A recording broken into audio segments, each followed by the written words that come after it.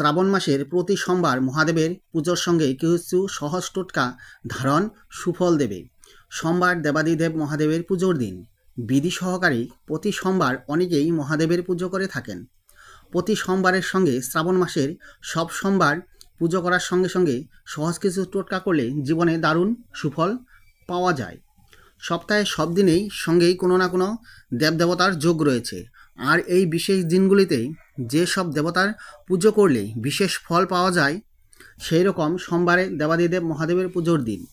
বিধি সহকারে প্রতি সোমবারে অনেকেই মহাদেবের পুজো করে থাকেন।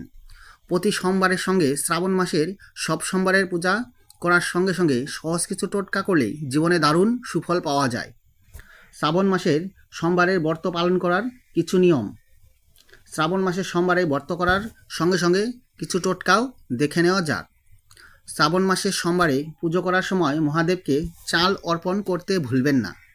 এমনটা মনে করা হয় যে এই পুজোর সময় চাল অর্পণ করলে আর্থিক সমস্যা কমে যায় এবং অর্থবৃদ্ধি পেতে থাকে।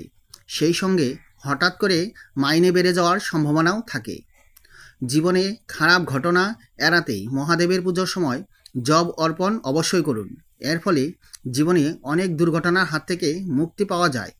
জব দিয়ে মহাদেবের আরাধনা করলে বাড়ির ভিতরে যদি কোনো অশুভ শক্তি থাকে তাও দূরে সরে যায় এবং শুভ শক্তি প্রবেশ করতে সক্ষম হয়। ফলে হারানো সুখ শান্তি ফিরে আসে এবং জীবনে আনন্দ ভরে ওঠে। হিন্দু শাস্ত্রের উপর লেখা একাধিক বই অনুসারে মহাদেবের পুজোয় গম অর্পণ করা খুব ভালো। এর ফলে বাবা মা ও ওঠার স্বপ্ন পূরণ হতে দেরি লাগে না।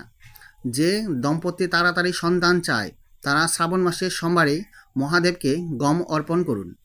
শারীরিক অসুস্থতায় নাজেহাল তাহলে মহাদেবকে তিল অর্পণ করুন, কারণ এই জিনিসটি মহাদেবের ভেজায় পছন্দের জিনিস। তিল অর্পণ করার সময় মহামৃত্যুঞ্জয় মন্ত্র উচ্চারণ করলে সুফল তাড়াতাড়ি পাওয়া যায়, শরীর থেকে রোগ নিরাময় হয়ে যায়। জীবনে সব রকম বাধা কাটাতে এবং যে কোনো ক্ষতির আশঙ্কা কমাতে মহাদেবকে সবুজ মুগ ডাল অর্পণ করতে হবে। এই নিয়ম করলে মনের ইচ্ছে পূরণ হতে সময় লাগে না। ওম নমঃ শিবায়। ভিডিওটি ভালো লাগে অবশ্যই চ্যানেলটি সাবস্ক্রাইব করে বেল আইকনটি প্রেস করে পাশে থাকবেন। দেখা হচ্ছে পরবর্তী ভিডিওতে। ধন্যবাদ।